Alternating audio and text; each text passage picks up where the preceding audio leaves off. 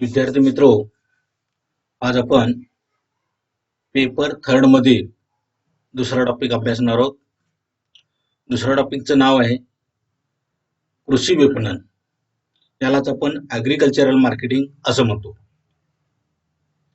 कृषी विपणन हा टॉपिक एकूण ऑप्शन गुण 32 मार्क्ससाठी आहे आणि टोटल प्रत्यक्ष गुण 24 मार्क्ससाठी आहे. या 24 मार्क्समध्ये वस्तुनिष्ठ प्रश्न, त्यामध्ये योग्य पर्याय निवडा, जोड्या जुळवा आणि चुकी बरोबर लिहा, यासाठी गुण आहेत 4. त्यानंतर संक्षिप्त टिपा लिहा किंवा फरक स्पष्ट करा, यासाठी 4 गुणांचे 5 प्रश्न आहेत. त्यानंतर सविस्तर प्रश्नांची उत्तरे लिहा, यासाठी गुण आहेत 8. अशा पद्धतीनं या पेपरसाठी 24 गुण बोर्ड परीक्षेमध्ये आपल्याला विचारले जातील. तर या कृषी विपणन टॉपिक मध्ये एकंदरीत आपण 8 उपघटक अभ्यासणार आहोत.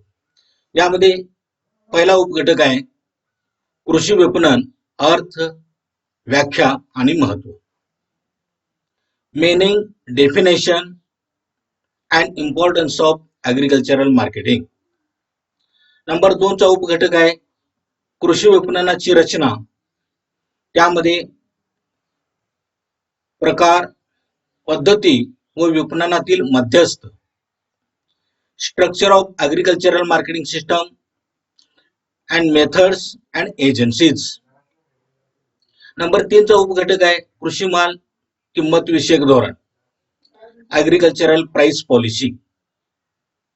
नंबर 4 चा उपघटक आहे कृषी माल विपणनातील अडचणी किंवा दोष व त्यासाठीची उपाययोजना, प्रॉब्लेम्स और defects in agricultural marketing and remedies for them. Next number 5 चा उपघटक आहे नियंत्रित बाजारपेठ आणि सहकारी बाजारपेठ. यालाच आपण रेग्युलेटेड अँड कोऑपरेटिव्ह मार्केटिंग असं म्हणतो. नंबर 6 चा उपघटक आहे कृषी उत्पादनाचे विपणन, मार्केटिंग ऑफ ऍग्रिकल्चरल प्रोडक्ट.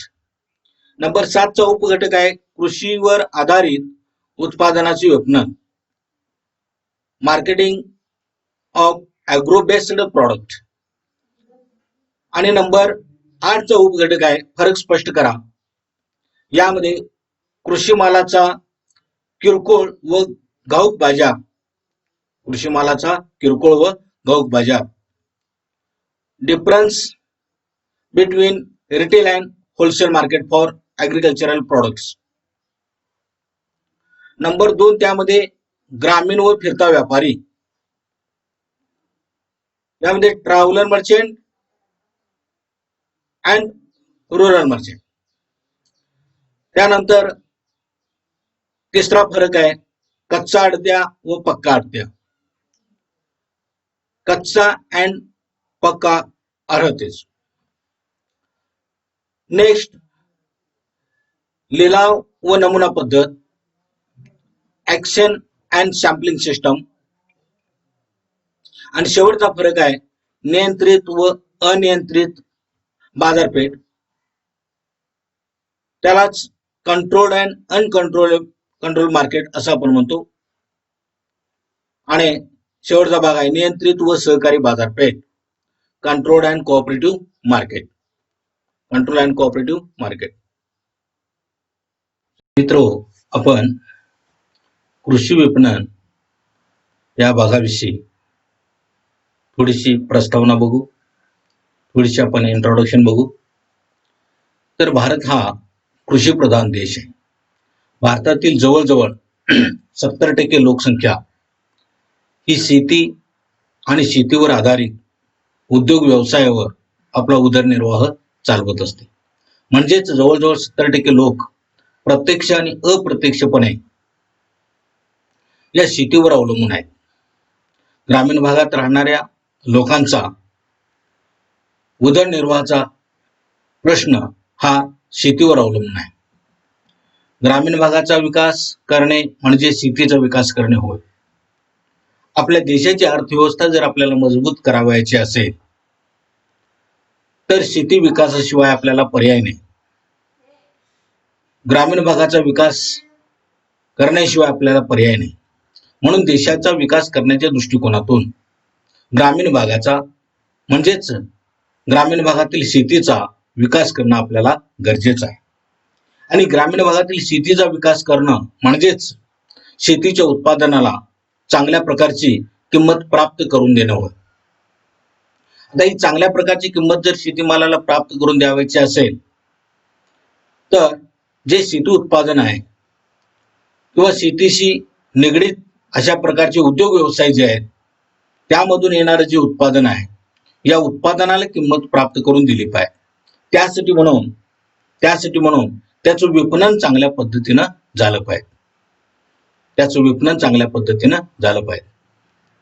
म्हणून शेतीचं उत्पादन आणि शेतीवर आधारित उद्योगधंदे उद्योग व्यवसाय त्याचं उत्पादन त्याला चांगली किंमत मिळवून देण्यासाठी म्हणून ज्या कृषी विषयक विविध विपणनाच्या क्रिया पार पाडल्या जातात या सर्व क्रियांना मिळून कृषी विपणन असं म्हटलं जातं. आणि एक अत्यंत महत्वाची अशी प्रक्रिया आहे. भारतासारख्या विशाल आणि विकसनशील देशातील शेती व ग्रामीण विकासाकरता सुयोग्य विपणन व्यवस्था असणे अत्यंत महत्वाचं मानलं जातं. आज जर आपण आपली परिस्थिती जर बघितली तर आपल्या देशामध्ये प्रचंड लोकसंख्या आहे. 135 कोटी लोकसंख्येचा आपला देश आहे. आणि 135 कोटी लोकसंख्येचा उदरनिर्वाहाचा प्रश्न सोडवण्यासाठी म्हणून आपल्याला शेतीकडं बघावं लागेल. आपल्याला शेतीचा विकास करावा लागेल. शेतीच्या उत्पादनाला आपल्याला किंमत मिळवावी लागेल. आणि त्यासाठी म्हणून कृषी मालाला किंमत प्राप्त करून देण्यासाठी कृषी विपणनाच्या क्रिया अत्यंत चांगल्या पद्धतीनं पार पाडणं अत्यंत महत्वाचं आहे. आज आपण बघतोय शेतीमध्ये सुधारित तंत्रज्ञान व रासायनिक खतांचा वापर होऊ लागलेला आहे. त्याचबरोबर वाहतूक व दळणवळण क्षेत्रामध्ये सुद्धा चांगल्या प्रकारचे विकास झालेला आहे. त्यामुळं शेती व्यवसायाला चालनाच मिळालेली आहे. आज आधुनिक शेती करत असताना नवनवीन बी बियाणांच्या शोधापासून सुधारित बी बियाणांच्या पासून बियाणांची पेरणी, घोळणी, मळणी, फवारणी, भरणी, साठवणूक इत्यादी सर्व क्रिया या आधुनिक पद्धतीनं यंत्राद्वारे केल्या जातात. आणि त्यामुळं शेतीच्या कामाला आणि शेतीच्या उत्पादनाला सुद्धा गती प्राप्त झालेली आपल्याला दिसून येते. आणि दिवसेंदिवस या शेतीचं महत्व वाढत चाललेलं आहे. आणि वाहतूक आणि दळणवळण सारख्या क्षेत्रामध्ये प्रगती झाल्यामुळं शेतीवर आधारित असणाऱ्या पूरक व्यवसायांना देखील चालना मिळालेली आहे. आज आपण बघतोय कापूस, ऊस, तेलबिया, तंबाखू यासारखी नगदी पिकं या पिकांमुळं शेती आता अधिक भांडवल वापरून नफा मिळवण्याच्या दृष्टिकोनातून याकडे शेतकरी पाहू लागलेला आहे. आता ऊस, कापूस, तेलबिया, तंबाखू ही रोख उत्पादन मिळवून देणारी पिकं म्हणून बघितली जातात. शेतकऱ्यांना यापासून रोख पैसा मिळतो. म्हणून आधुनिक पद्धतीनं या प्रकारची शेती जर आपण केली आणि या शेती उत्पादनाला चांगली किंमत जर आपल्याला मिळवता आली तर निश्चितच शेतकऱ्यांची प्रगती होईल, आपल्या देशाची प्रगती होईल. शेतीमालाची विक्री करून नफा मिळवणे, शेतीमालाचा व्यापार करणे, शेतीतील उत्पादन वस्तूवर प्रक्रिया करणे, शेतीमालाचा विदेशी व्यापार करणे यासारख्या गोष्टी आता सर्वत्र मोठ्या प्रमाणात होऊ लागलेल्या आहेत. या पाठीमागचं कारण आहे आज जग एकदम जवळ आलेलं आहे. आज ग्लोबलायझेशन संकल्पना उदयास आलेली आहे. आज देशाच्या सीमारेषेच्या बाहेरच्या देशांच्या बरोबर व्यापार वाढलेला आहे. अनेक देशांमध्ये व्यापार वाढण्याच्या दृष्टिकोनातून आयात निर्यात व्यापार करण्याच्या दृष्टिकोनातून अनेक गॅट सारखे करार झालेले आहेत. या करारांतर्गत दोन देशांमधील व्यापार देखील वाढलेला आहे. आणि हा व्यापार वाढत असताना भारत हा कृषी प्रधान देश आहे आणि या कृषी प्रधान देशामधून शेतीमधून चांगल्या प्रकारचं चांगल्या क्वालिटीचं आणि विपणनाचे चांगल्या प्रकारे क्रिया पार पाडून हे उत्पादन आपण एक्सपोर्ट करू शकतो, विदेशाला आपण पाठवू शकतो. ज्या देशामध्ये शेतीचं उत्पादन कमी प्रमाणात आहे त्या देशामध्ये आपल्या देशातील माल शेतीमाल आपण पाठवून आपल्या देशाला परकीय चलन आपण मिळवू शकतो आणि आपल्या देशाच्या विकासाला आपण हातभार लावू शकतो. त्या दृष्टिकोनातून शेती विपणनाचं महत्व सांगितलं जातं. आता कृषी माल उत्पादकापासून ते उपभोक्त्यापर्यंत उपलब्ध करून देण्यासाठी मालाचे एकत्रीकरण करणे, प्रमाणीकरण करणे, प्रतवारी करणे, बांधणी, साठवणूक, वित्त पुरवठा करणे, विमा, वाहतूक, मालाची विक्री व वितरण व्यवस्था इत्यादी अनेक क्रिया, अनेक प्रक्रिया, अनेक कार्य ही विपणन विषयक कार्य आवश्यक मानली जातात.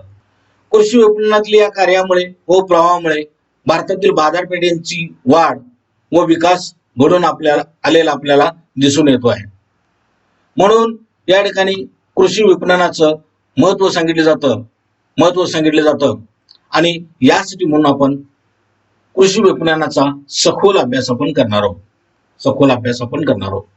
आता यामध्ये दुसऱ्या भागामध्ये आपण कृषी विपणन म्हणजेच शेतीमाल विपणन याचा अर्थ आपण समजावून घेणार आहोत. Meaning of agricultural marketing. आता कृषी विपणन ही संकल्पना बरीच व्यापक आहे. शेतीवर आणि शेतीवर आधारित असणाऱ्या अनेक क्रिया आणि प्रक्रिया यांचा समावेश या कृषी विपणनामध्ये होतो. यामध्ये शेतमाल क्रिया विपणनाचे केंद्रस्थानी आहे, परंतु त्याचबरोबर अनेक लहान मोठ्या सेवा व प्रक्रियांचा समावेश यामध्ये होताना आपल्याला दिसून येतो. शेतीमालाला योग्य आणि किफायतशीर भाव मिळावा या दृष्टीने माल अपेक्षित बाजारपेठांमध्ये पोहोचणे गरजेचे झालेले आहे. बाजाराच्या ठिकाणी आवश्यक त्या काळासाठी माल व साठवण्याची सोयी करणे, मालाचे वर्गीकरण करणे, शेतमालाची किमतीबाबत तसेच ग्राहकांच्या गरजाबाबत अपेक्षित अशा सर्व सेवा, माहिती, शेतमालावर आवश्यक ती प्रक्रिया करणे, शेतमालाची जाहिरात करणे व विक्री वाढवण्याच्या दृष्टिकोनातून प्रयत्न करणे हे गरजेचे झालेले आहे.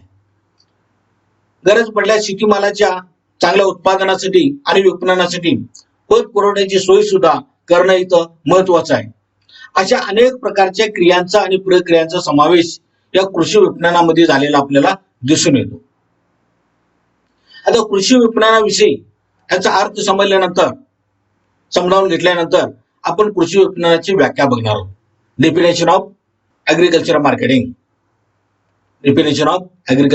मार्केटिंग.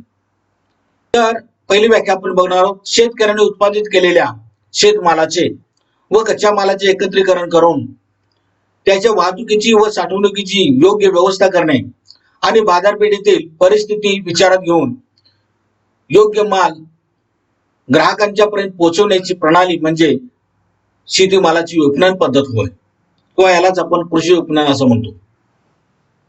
नंबर 2 ची व्याख्या आपण बघणार आहोत. शेतीमालाचा विपणन ही शेतात उभ्या असलेल्या पिकाची कापणी केल्यानंतर ते पीक शेतकऱ्यांच्या घरापर्यंत आणण्याची क्रियापासून ते या शेतीमालाची घाऊक किरकोळ विक्री बाजारपेठेमध्ये घडवून आणण्यापर्यंत या सर्व क्रियांचा समावेश या विपणन क्रियेमध्ये प्रणालीमध्ये केला जातो.